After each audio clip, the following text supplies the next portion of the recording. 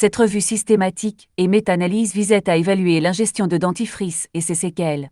L'étude a adhéré aux directives PRISMA et a été enregistrée dans la base de données Prospero.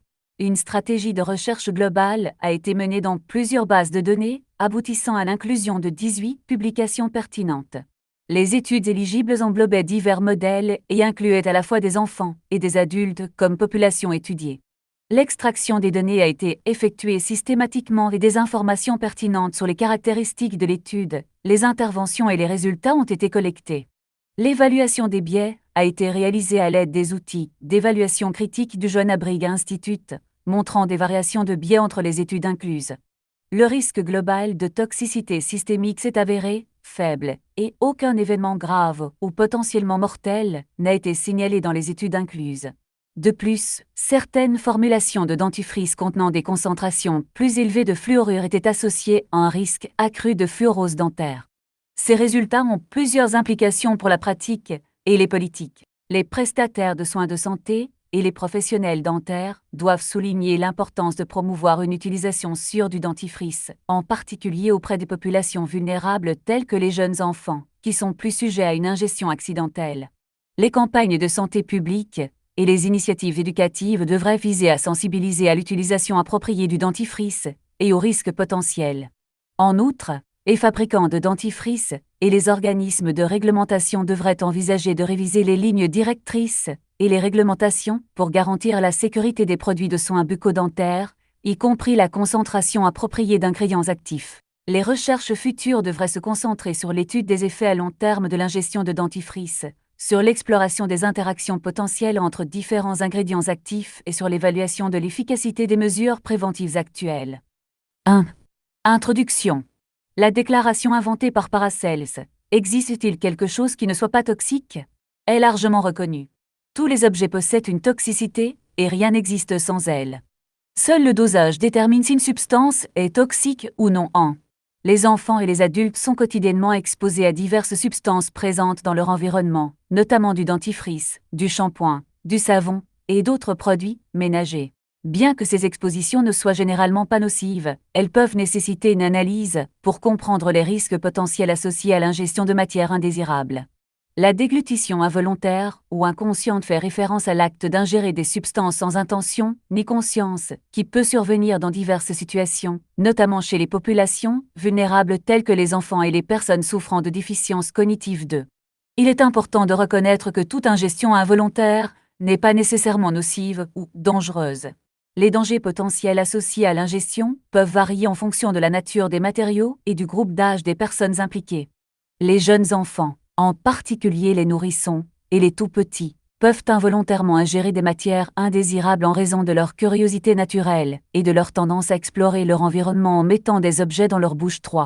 Cela peut inclure l'ingestion de produits ménagers, de matériaux d'emballage alimentaire ou de petits objets présentant un risque d'étouffement. D'un autre côté, les enfants plus âgés et les adultes peuvent avoir une tolérance et une capacité plus élevée à métaboliser ou à éliminer les substances ingérées, réduisant ainsi le potentiel de danger. Dufour et Cole a mené une étude avec un échantillon de 549 participants, répartis également par sexe, et des nageurs des groupes d'âge jeunes et adultes ont été inclus 4.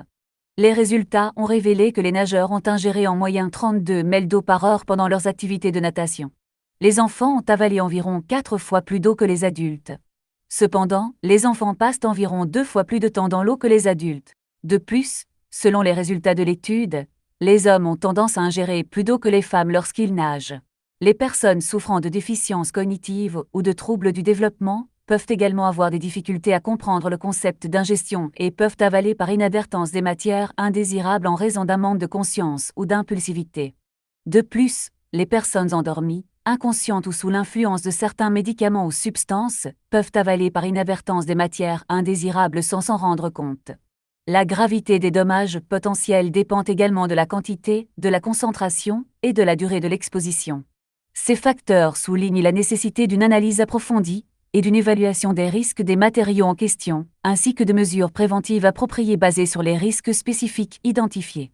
Le dentifrice est couramment utilisé par les individus de tous âges comme élément essentiel de leur routine quotidienne d'hygiène bucco-dentaire. Cependant, contrairement à d'autres produits de soins bucco-dentaires et appareils dentaires principalement utilisés en externe, le dentifrice est plus susceptible d'être avalé par inadvertance pendant son utilisation. L'étude récemment publiée sur l'apport de fluorure provenant des produits d'hygiène bucco-dentaire souligne que, quelle que soit la concentration de fluorure dans l'eau potable, les produits de soins dentaires contribuent de manière significative à la consommation globale de fluorure 5. En fonction de facteurs tels que la concentration, les formes chimiques et l'utilisation du produit, la contribution des matériaux dentaires et des agents prophylactiques peut varier considérablement. La mesure dans laquelle ces produits contribuent à l'apport quotidien total en fluorure semble dépendre de la manière dont ils sont utilisés. L'utilisation appropriée du dentifrice permet le contrôle et l'ajustement individualisé de l'apport en fluorure. L'apport quotidien optimal en fluor recommandé par l'Autorité européenne de sécurité des aliments, soit environ 50 à 70 g/kg de poids corporel jour, devra peut-être également être réévalué afin de trouver l'apport quotidien optimal en fluorure dérivé des produits dentaires pour chaque personne, compte tenu de la contribution des produits de soins dentaires à l'apport total en fluorure 6. L'étude menée par Sade et al. Démontre que si l'on considère la contribution des produits de soins dentaires, qui constituent environ 39 à 51% de l'apport total, l'apport alimentaire quotidien optimal en fluorure pourrait être la moitié de la quantité recommandée 5. Le dentifrice contient généralement plusieurs ingrédients, et, même si la plupart sont sans danger, lorsqu'il est utilisé conformément aux instructions, avaler de grandes quantités de dentifrice peut potentiellement entraîner des risques pour la santé. Outre les problèmes de toxicité du fluorure, certains composants présents dans le dentifrice qui peuvent provoquer des effets toxiques s'ils sont ingérés en grande quantité sont les suivants. Le laurésulfate de sodium, SLS, est un tensioactif couramment utilisé dans les dentifrices pour créer de la mousse et faciliter l'élimination de la plaque dentaire. L'ingestion de grandes quantités de SLS peut provoquer une irritation gastro-intestinale et entraîner des symptômes tels que des nausées, des vomissements et de la diarrhée 7-2. Le triclosan est un agent antibactérien présent dans certaines formulations de dentifrice. Bien que l'utilisation du triclosan dans les dentifrices ait diminué ces dernières années, une ingestion excessive de triclosan a été associée à des effets indésirables potentiels sur le système endocrinien et à la résistance aux antimicrobiens. 8. 3. Des édulcorants artificiels comme la saccharine, l'aspartame ou le sucralose sont utilisés pour hausser la saveur. Ces édulcorants sont généralement considérés comme sûrs, mais certaines personnes peuvent y avoir des sensibilités ou des allergies. L'ingestion de grandes quantités d'édulcorants artificiels peut avoir des effets laxatifs et provoquer un inconfort gastro-intestinal. 9.4. Dioxyde de titane. Le dioxyde de titane TiO2 est un composant courant du dentifrice en raison de son inertie chimique, de son faible coût et de sa disponibilité 10, et est principalement utilisé comme pigment dans le dentifrice pour apporter opacité et luminosité. 11. Cependant, sa toxicité potentielle suscite des inquiétudes, en particulier en ce qui concerne sa récente exposition en tant que cancérigène potentiel pour l'homme 10. Les controverses autour de la toxicité du dioxyde de titane proviennent principalement de divergences entre les protocoles expérimentaux de tests de toxicité et leurs résultats, conduisant à des débats et à des recherches en cours dans ce domaine 10. Pour l'instant, le dioxyde de titane fait l'objet d'investigations scientifiques, et il n'existe pas de consensus définitif sur sa sécurité ou sa toxicité. En résumé, les ingrédients du dentifrice tels que le lauryl-sulfate de sodium SLS, le triclosan, les édulcorants artificiels et le dioxyde de titane sont couramment utilisés, mais peuvent présenter des problèmes de santé potentiels, notamment d'une irritation gastro-intestinale, une perturbation endocrinienne et des débats en cours sur la toxicité du dioxyde de titane. Les organismes de réglementation, tels que l'AFDA, fournissent des conseils sur l'utilisation sûre du dioxyde de titane dans différentes applications, notamment dans le dentifrice 10. Des études récentes portant sur les effets transgénérationnels ont soulevé des inquiétudes supplémentaires quant à l'impact potentiel sur les populations. Ces résultats renforcent la décision de l'Autorité européenne de sécurité des aliments de restreindre l'utilisation du TiO2, soulignant la nécessité d'être prudent dans leur application douce. Des abrasifs tels que la silice hydratée ou le carbonate de calcium sont utilisés pour aider à éliminer les taches et la plaque dentaire. Un brossage excessif ou agressif avec un dentifrice abrasif peut potentiellement endommager l'émail des dents. Les colorants artificiels figurent souvent sur la liste des ingrédients du dentifrice pour améliorer leur apparence. Certains colorants artificiels, tels que le FD-Ceretno 40 et le FD-Cielono 5, ont été associés à des réactions allergiques et à une hyperactivité chez les personnes sensibles. L'accent mis sur le dentifrice dans notre revue systématique et notre méta-analyse découle de leur potentiel d'ingestion significativement plus élevé par rapport à d'autres produits de soins bucco-dentaires, des morceaux de matériaux dentaires et des appareils orthodontiques. Cette probabilité plus élevée d'ingestion peut être attribuée à plusieurs facteurs. Premièrement, le dentifrice est généralement formulé avec des saveurs agréables pour améliorer l'expérience globale de l'utilisateur. Ces saveurs attrayantes, associées à la tendance naturelle à se rincer la bouche après le brossage, augmentent la probabilité d'avaler de petites quantités de produits. De plus, les enfants, en particulier, peuvent avoir des difficultés à cracher efficacement, ce qui entraîne une ingestion involontaire. Compte tenu de l'utilisation répandue du dentifrice, ainsi que des risques plus élevés d'ingestion accidentelle et des risques associés, il devient crucial d'examiner le problème de manière globale. En se concentrant spécifiquement sur l'ingestion de dentifrice, notre revue systématique et notre méta-analyse fourniront des informations précieuses sur l'étendue du problème, les implications potentielles sur la santé et les approches de prévention. 2. Matériel et méthode. 2. 1. Étudier le design. Cette étude a été menée sous forme de revue systématique et de méta-analyse de la littérature. Le protocole a été établi conformément à la déclaration PRISMA récemment mise à jour 13. L'étude a été enregistrée dans la base de données du registre prospectif international des revues systématiques Prospero sous le numéro CRD 40 428 780. Le manuel du Joanna Briggs Institute JB a été utilisé pour évaluer les biais 14.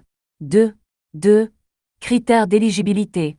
Les critères d'éligibilité pour l'inclusion des études dans cette revue systématique étaient les suivants critères d'intégration population étudiée. Études cliniques sans limitation d'âge incluant les enfants et les adultes comme population d'études principale. Intervention. Études évaluant les expositions liées à la déglutition ingestion de dentifrice. Comparateur. Études comparant différents niveaux d'exposition ou variations dans les formulations de dentifrice. Résultats. Études rapportant les résultats liés à l'ingestion de dentifrice, y compris, mais sans s'y limiter, les effets néfastes sur la santé, la toxicité, les réactions allergiques, l'impact environnemental ou les problèmes de sécurité. Conception de l'étude. Essais contrôlés randomisés, ECR, essais contrôlés non randomisés, études de cohorte, études cas témoins, études transversales et études observationnelles avec des conceptions comparatives. Période. Études publiées depuis la première date disponible jusqu'à aujourd'hui. Caractéristiques du rapport. Articles en texte intégral publiés dans des revues à comité de lecture. Critères d'exclusion. Études sans rapport avec les produits d'hygiène bucco-dentaire, les appareils bucco-dentaires ou des sources similaires. Études sans mesure de résultats pertinentes. Rapport de cas, articles d'opinion, éditoriaux et revues systématiques sans données originales. Résumé, affiches, résumé de conférences, mémoires et études inédites. Études en double ensemble de données qui se chevauchent. Études avec des données insuffisantes ou des rapports incomplets. 2. 3. Sources d'information et stratégie de recherche. La stratégie de recherche a été réalisée le 26 mai 2023 et comprenait 4 bases de données, PubMed, Google Scholar, Web of Science, WVO et Cochrane Review. Les mots-clés utilisés pour la recherche étaient avaler du dentifrice, ou ingestion de dentifrice ou avaler du dentifrice ou ingestion de dentifrice. Les termes de recherche ont été appliqués au champ de titre et de résumé des articles. La stratégie de recherche visait à identifier des études pertinentes évaluant la quantité exacte ou la proportion de dentifrice avalé ou ingéré lors du brossage des dents. Pour extraire systématiquement les données pertinentes des recherches répertoriées, des modèles d'extraction de données structurées ont été créés. Le logiciel de feuilles de calcul Microsoft Excel a été utilisé pour développer ces modèles. Les formulaires comportaient des champs prédéfinis pour les caractéristiques importantes de l'étude, les résultats et d'autres informations pertinentes. Tous les documents et données liées à l'examen ont été placés dans un endroit sûr et centralisé. Cela a été réalisé grâce à Google Drive, un service de stockage basé sur le cloud. Toutes les opérations d'examen, y compris les tactiques de recherche, les procédures de sélection, les techniques d'extraction de données et tous les ajustements ou choix effectués tout au long de l'étude, ont été méticuleusement documentés. 2. 4. Sélection des études. Plusieurs phases de la procédure de sélection des études ont été réalisées par 2 évaluateurs indépendants BP et SCA. Initialement, un logiciel de gestion de référence, Rayon était utilisé pour éliminer les doublons 15. La tâche suivante comprenait l'évaluation des titres et résumé des documents restants conformément aux exigences de qualification prédéterminées. Ensuite, tous les textes des articles éligibles possibles ont été acquises et examinés en vue d'une éventuelle inclusion. Des discussions et, si nécessaire, des consultations avec un troisième évaluateur LEM ont été utilisées pour régler toute divergence ou conflit entre les évaluateurs. Chaque étude a été minutieusement examinée en fonction des critères d'éligibilité énoncés, concernant leur applicabilité aux objectifs spécifiques de la revue ainsi qu'à la problématique de recherche. Les études incluses ont fait l'objet d'une évaluation complète. Le processus final de sélection des études a été documenté et les critères d'exclusion ont été notés. 2. 5. Collecte de données. Les articles en texte intégral répondant aux critères d'inclusion ont été examinés pour les données pertinentes pendant la phase de collecte des données. Pour garantir l'exactitude et la cohérence, le processus d'extraction a été effectué de manière contrôlée et systématique. Les auteurs, l'année de publication et le pays où l'étude a été menée ont été retirés de chaque article inclus. L'objectif principal de chaque étude a été extrait afin de fournir un résumé complet. De plus, l'accent a été mis sur la collecte de données concernant l'échantillon étudié. Cela comprend des informations sur les critères d'inclusion et d'exclusion de l'étude, ainsi que sur le nombre total de participants. Comprendre ces caractéristiques était crucial pour déterminer dans quelle mesure les résultats de l'étude étaient applicables et généralisables. La quantité précise de dentifrice ingérée ou le pourcentage de dentifrice avalé par les participants ont été enregistrés comme mesure de résultats pertinente en plus des points de données susmentionnés. 2. 6. Évaluation du biais. Les outils d'évaluation critique du Jeune Abrig Institut JBV ont été utilisés pour évaluer le risque de biais dans les études incluses au cours de la phase d'évaluation des biais. Ces méthodes offrent un cadre systématique pour évaluer l'intégrité méthodologique et les facteurs potentiels induisant des biais dans diverses conceptions d'études. 2 évaluateurs ont évalué indépendamment chaque étude inclue à l'aide de l'outil d'évaluation critique JBV approprié à la conception particulière de l'étude. Cette stratégie garantissait que les études incluses étaient évaluées de manière approfondie et systématique. Un ensemble de critères abordant de nombreuses facettes de la conception, de la conduite et du rapport de l'étude constituaient les outils d'évaluation critique JBV. Sur la base des données de l'étude, les évaluateurs ont évalué chaque critère et ont émis un jugement oui, non, peu clair ou sans objet pour chacun. Une réponse oui valait 1 point, une réponse non valait 0 point et une réponse pas claire valait un demi-point. Le résultat final a ensuite été attribué sous forme de notes sur 100. Chaque domaine de la liste de contrôle a été évalué indépendamment par BPSK, 2 évaluateurs. L'étude qui a reçu un score inférieur à 49% a été considérée comme modérée, soit un score de 50 à 69% de risque de biais.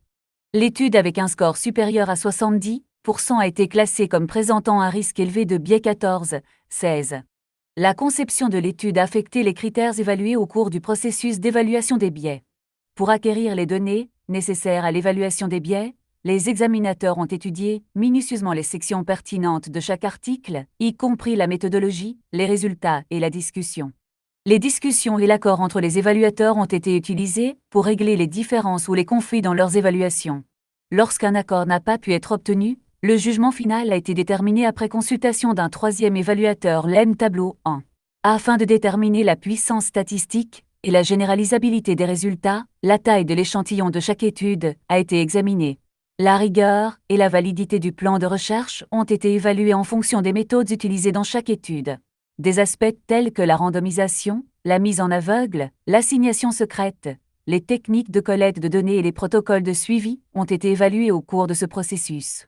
Sur la base des caractéristiques déterminées et du risque de biais, la qualité globale de chaque étude a été évaluée. Les principales conclusions et caractéristiques de chaque étude inclue ont été condensées dans un résumé descriptif. Pour ce faire, des informations pertinentes sur la conception des études, les caractéristiques des participants, les interventions, les résultats et les résultats ont dû être extraites. Une méta-analyse a été réalisée pour les articles inclus qui étaient jugés appropriés pour une synthèse quantitative et présentaient suffisamment d'uniformité en termes de conception de recherche, de traitement et de mesure des résultats. En fonction du type de mesure de résultats et des informations fournies, des modèles spécifiques ont été utilisés. 1. Calcul de l'ampleur de l'effet. À l'aide des données d'études individuelles, la mesure pertinente de l'ampleur de l'effet telle que les risques relatifs, les rapports de côte ou les différences moyennes a été déterminée pour chaque résultat d'intérêt. B. Hétérogénéité statistique. Le test Q de Cochrane et la statistique I2 ont été utilisés pour examiner l'hétérogénéité statistique entre les études incluses. Les sources possibles d'hétérogénéité ont été examinées lorsqu'il y avait une grande hétérogénéité. C. Parcelles forestières. Des parcelles forestières ont été utilisées pour résumer les résultats de la méta-analyse, montrant l'ampleur des effets et les plages de confiance pour chaque recherche ainsi que l'estimation combinée. Avec l'aide du programme Revman Review Manager et de la suite logicielle GraphPad Prism, des analyses statistiques et des méta-analyses ont été réalisées. Les résumés narratifs impliquaient de condenser et de décrire méthodiquement les données pertinentes de chaque étude incluse, en mettant l'accent sur les caractéristiques de l'étude, les interventions, les résultats évalués et les conclusions rapportées. Les résumés narratifs ont été conçus pour donner un examen approfondi des résultats de chaque enquête particulière, y compris les écarts ou divergences dans les résultats entre les études. 3. Résultats. 3. 1. Sélection des études. Les recherches sur 4 bases de données PubMed, Google Scholar, Web of Science, Cochrane Review, ainsi que sur la littérature grise, ont donné lieu à 753 références. Une fois les doublons éliminés, 403 articles ont fait l'objet d'un examen approfondi de leurs titres et résumés. 56 d'entre eux ont été retenus pour une évaluation détaillée de leurs critères d'éligibilité, après élimination de 347 articles car ne correspondant pas aux objectifs de la revue et de la méta-analyse. Au final, 18 publications pleinement conformes aux exigences établies ont été incluses dans la revue systématique et la méta-analyse voire figurant. Le tableau 2 et la figure 2 présentent l'évaluation des risques de biais des études transversales à l'aide de la liste de contrôle des outils d'évaluation critique du John Abrig Institute. Les tableaux affichent les scores attribués à chaque étude en fonction de critères spécifiques. Les résultats montrent des variations du risque de biais entre les études incluses, avec des scores totaux allant de 4 à 8. Des scores plus élevés indiquent des études présentant un risque de biais plus faible.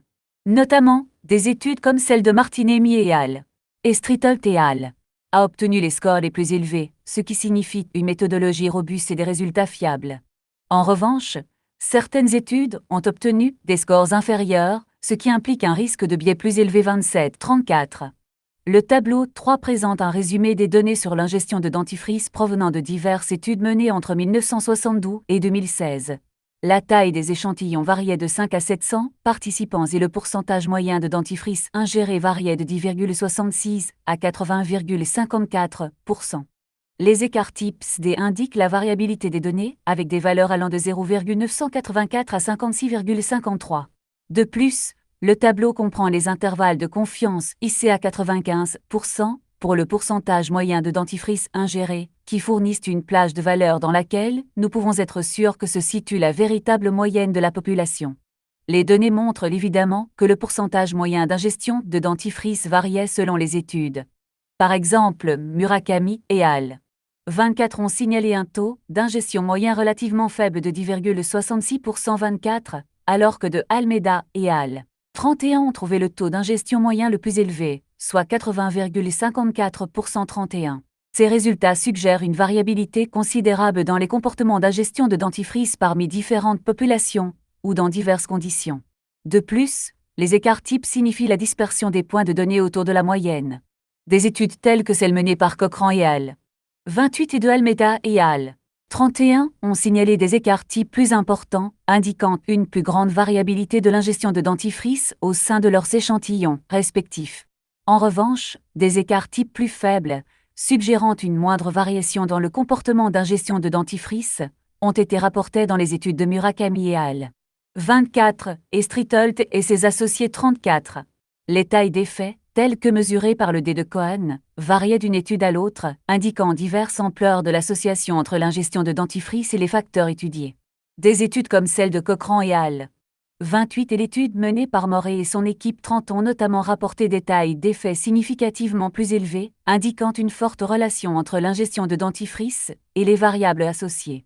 En revanche, les recherches de Hargreaves et al. 18 et l'étude menée par Peval et al. 25 ont démontré des tailles d'effets plus petites, suggérant une association plus faible, 18-25. Les intervalles de confiance et ces détails d'effets variaient selon les études, soulignant la nécessité de faire preuve de prudence dans la généralisation de ces résultats.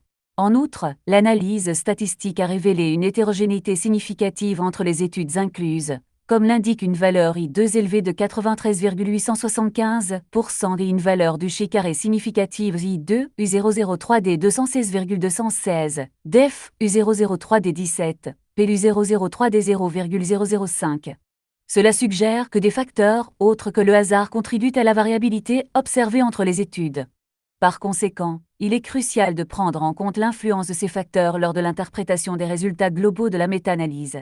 En résumé, les résultats de la méta-analyse indiquent un large éventail de pourcentages d'ingestion de dentifrice dans les études incluses. Les tailles d'effets variaient, suggérant des forces différentes dans la relation entre l'ingestion de dentifrice et les variables associées. L'hétérogénéité significative observée a souligné l'importance de prendre en compte les facteurs contributifs, potentiels figure 3. L'analyse était basée sur 18 études. L'indice de taille d'effet était la moyenne. Le modèle à effets aléatoires a été utilisé pour l'analyse. Les études analysées ont été supposées être un échantillon aléatoire provenant d'un univers d'études potentielles, et cette analyse a été utilisée pour faire une inférence sur cet univers 35-50. La taille moyenne de l'effet est de 45,553 avec un intervalle de confiance à 95% de 30,884 à 60,222. L'ampleur moyenne de l'effet dans l'univers des études comparables pourrait se situer n'importe où dans cet intervalle. La valeur Z teste l'hypothèse nulle selon laquelle l'ampleur moyenne de l'effet était nulle. La valeur Z est de 6,086 avec P 0,001.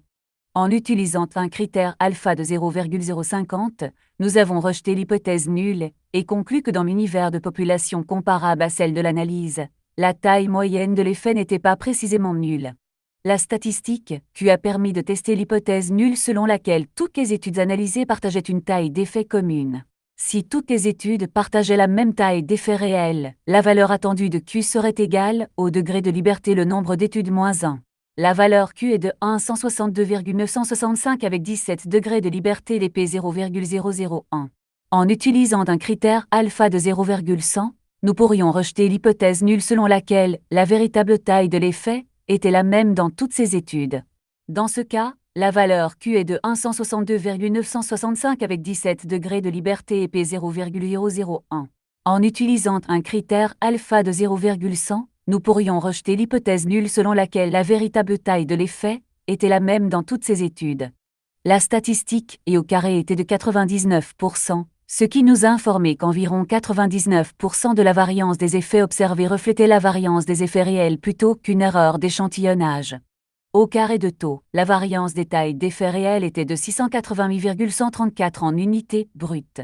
Taux, l'écart type des véritables tailles d'effets, était de 26,232 en unités brutes. Les calculs ont été effectués à l'aide de la méta-analyse, complète version 4.3540. 4. Discussion. Les différents pourcentages d'ingestion de dentifrice constituent une constatation constante dans la littérature. Ces variations substantielles pourraient être attribuées à plusieurs facteurs. Premièrement, les différences dans les populations étudiées, le statut socio-économique, les tranches d'âge et les emplacements géographiques peuvent avoir contribué aux écarts signalés. Deuxièmement, les variations dans les marques de dentifrice, les concentrations de fluorure et les habitudes de brossage peuvent être responsables des différences observées. Hargreaves et Cole ont découvert une ingestion moyenne de dentifrice de 27,60% dans une étude portant sur 44 enfants à Édimbourg, la quantité la plus élevée avalée atteignant 1,16 g par brossage 18. En revanche, Barnard et son équipe ont collecté des données sur l'ingestion de dentifrice dans différents groupes d'âge aux États-Unis et ont observé une diminution de l'ingestion avec l'âge, allant de 0,30 à 0,04 g par brossage 19. Des études menées au Canada 20 et au Brésil 23 ont rapporté respectivement 35,47% et environ 60% de dentifrice chargé ingéré. Pessan et Cole ont découvert que la consommation de dentifrice représentait 57,43 plus ou moins 29,02% de l'ingestion de fluorure dans une étude portant sur des enfants brésiliens âgés de 4 à 7 ans 26. En outre, l'influence de l'âge sur l'ingestion de dentifrice a été régulièrement démontrée, les jeunes enfants ayant tendance à ingérer plus de dentifrice que les enfants plus âgés 34-36. Les jeunes enfants ont une capacité limitée à cracher l'excès de dentifrice et une propension à avaler du dentifrice pendant le brossage. Ces résultats soulignent l'importance de lignes directrices adaptées à l'âge, pour l'utilisation et la surveillance du dentifrice pendant les routines de brossage, et mettent en évidence le risque potentiel de surexposition ou de consommation inadéquate de fluorure, compromettant les efforts de prévention des caries et la santé globale. Dans des études menées au Japon 24 et au Mexique 27, l'apport total moyen de fluorure provenant de l'alimentation et du dentifrice variait respectivement de 0,35 à 0,20 plus ou moins 0,08 mg de fluorure kg/jour. Roja Sanché et al. ont souligné la nécessité de réduire l'apport en fluorure dans les communautés fluorées de manière négligeable et optimale, afin de prévenir la fluorose dentaire chez les jeunes enfants 22. Les auteurs ont été guidés par la préoccupation majeure liée aux effets néfastes du fluorure ingéré, en particulier en quantité excessive. Le fluor est un composant essentiel du dentifrice pour ses effets préventifs contre les caries dentaires. Cependant, une ingestion excessive de fluorure peut entraîner une fluorose dentaire, qui se manifeste par des taches blanches ou brunes sur les dents. Le respect des directives posologiques recommandées, comme l'utilisation d'une quantité de dentifrice de la taille d'un poids pour les enfants de moins de 6 ans, est crucial pour atténuer le risque d'ingestion excessive et les complications de santé bucco-dentaire et générale associées. Il est important que les professionnels dentaires, les parents et les soignants soient conscients des conséquences potentielles d'une ingestion excessive de dentifrice et qu'ils encouragent une utilisation sûre et appropriée du dentifrice chez les enfants. Le statut socio-économique pourrait potentiellement jouer un rôle important dans les habitudes d'ingestion de dentifrice. Les enfants issus de milieux socio-économiques défavorisés peuvent avoir un accès limité aux informations et aux ressources en matière de santé bucco-dentaire, ce qui peut contribuer à une mauvaise utilisation du dentifrice et à des taux d'ingestion plus élevés. Les pratiques et croyances culturelles peuvent également influencer la consommation de dentifrice. Dans certaines cultures, le dentifrice est perçu comme un produit alimentaire ou un remède contre diverses maladies, ce qui entraîne des taux d'ingestion plus élevés. À l'inverse, dans les communautés dotées d'une forte culture de sensibilisation à la santé bucco-dentaire, les individus peuvent être plus prudents et adhérer aux directives d'utilisation recommandées du dentifrice. Comprendre ces facteurs est crucial pour développer des interventions ciblées et des campagnes d'éducation visant à promouvoir une utilisation sûre et appropriée du dentifrice auprès de différentes populations. Outre les facteurs individuels et culturels, l'emballage, la formulation du produit et les stratégies marketing jouent également un rôle dans les comportements d'ingestion de dentifrice. La conception et la fonctionnalité du dentifrice, telles que la saveur et la texture du dentifrice, peuvent affecter l'expérience globale et la satisfaction lors du brossage, et influencer la quantité distribuée, induisant potentiellement des comportements d'ingestion. Des emballages accrocheurs, des messages promotionnels et l'approbation des professionnels dentaires peuvent influencer le choix des produits et les habitudes des consommateurs, y compris la quantité de dentifrice distribuée et potentiellement ingérée. Des bouchons de sécurité pour enfants et des instructions de dosage claires sur l'emballage peuvent aider à atténuer les risques d'ingestion, en particulier pour les jeunes enfants. L'identification du fluorure comme une préoccupation majeure renforce la nécessité d'investigations plus approfondies et d'interventions ciblées dans ce domaine. D'un point de vue théorique, ces résultats soutiennent et étendent les théories et concepts existants liés à la santé bucco-dentaire, à la médecine pédiatrique et à la santé publique. L'étude contribue à notre compréhension des risques potentiels pour la santé associés aux pratiques d'hygiène bucco-dentaire de routine et souligne l'importance de prendre en compte des facteurs allant au-delà de la prévention des caries dentaires. Cela souligne la nécessité d'explorer les effets systémiques plus larges de l'ingestion de dentifrice, tels que l'impact sur le développement neurologique, la fonction endocrinienne et la santé gastro-intestinale. Ces connaissances peuvent éclairer les futurs cadres théoriques et modèles de recherche, encourageant une approche holistique de la promotion et de la gestion de la santé bucco-dentaire. En termes de pratique, les résultats de la présente étude ont des implications immédiates pour les professionnels de la santé, les prestataires de soins bucco-dentaires et les parents. Les professionnels de la santé devraient intégrer ces résultats dans leurs pratiques cliniques et leurs efforts d'éducation des patients. Ces informations peuvent aider les praticiens à adapter leurs recommandations pour garantir des pratiques d'hygiène bucco-dentaire sûres pour les enfants. De plus, ces résultats peuvent guider le développement de stratégies et d'interventions préventives visant à minimiser le risque d'ingestion de dentifrice. Les organisations dentaires et de santé publique peuvent utiliser ces données probantes pour concevoir des campagnes éducatives ciblant à la fois les professionnels de la santé et le public. De plus, les résultats pourraient influencer la formulation et l'étiquetage des produits dentifrice, incitant les fabricants à fournir des informations, des avertissements et des directives de sécurité plus claires sur l'emballage, non seulement concernant le fluorure, mais également tous les autres composants. Les autorités réglementaires peuvent envisager d'intégrer les résultats dans les politiques existantes ou de créer de nouvelles lignes directrices fondées sur des preuves pour garantir des recommandations standardisées pour la formulation, l'étiquetage et la publicité du dentifrice. L'intégration de ces résultats de recherche dans l'élaboration de politiques peut contribuer à protéger la santé et le bien-être des populations vulnérables, en particulier les jeunes enfants. Dans l'ensemble, l'article de synthèse et les résultats de la méta-analyse ont des implications considérables dans la théorie, la pratique et l'élaboration de politiques dans le domaine de l'ingestion de dentifrice. En faisant progresser notre compréhension des risques associés et en soulignant l'importance des mesures préventives, ces résultats ouvrent la voie à de meilleurs résultats en matière de santé bucco-dentaire et au développement d'interventions ciblées pour atténuer les effets indésirables potentiels de l'ingestion de dentifrice. La présente étude présente plusieurs atouts notables. Principalement, cette approche a minimisé le risque de biais de publication et a assuré une base solide pour la méta-analyse. En effectuant des recherches systématiques dans plusieurs bases de données et en incluant des études publiées et non publiées, l'article de synthèse a maximisé le caractère inclusif de la base de données probante. Deuxièmement, la méthodologie employée dans cette étude était rigoureuse. L'utilisation de critères d'inclusion et d'exclusion prédéfinis a permis de maintenir la cohérence et la transparence dans le processus de sélection des études. L'évaluation de la qualité des études incluses, telles que l'évaluation du risque de biais, a amélioré la fiabilité des résultats. De plus, la méta-analyse appliquait des techniques statistiques appropriées pour synthétiser les données et tirer des conclusions significatives.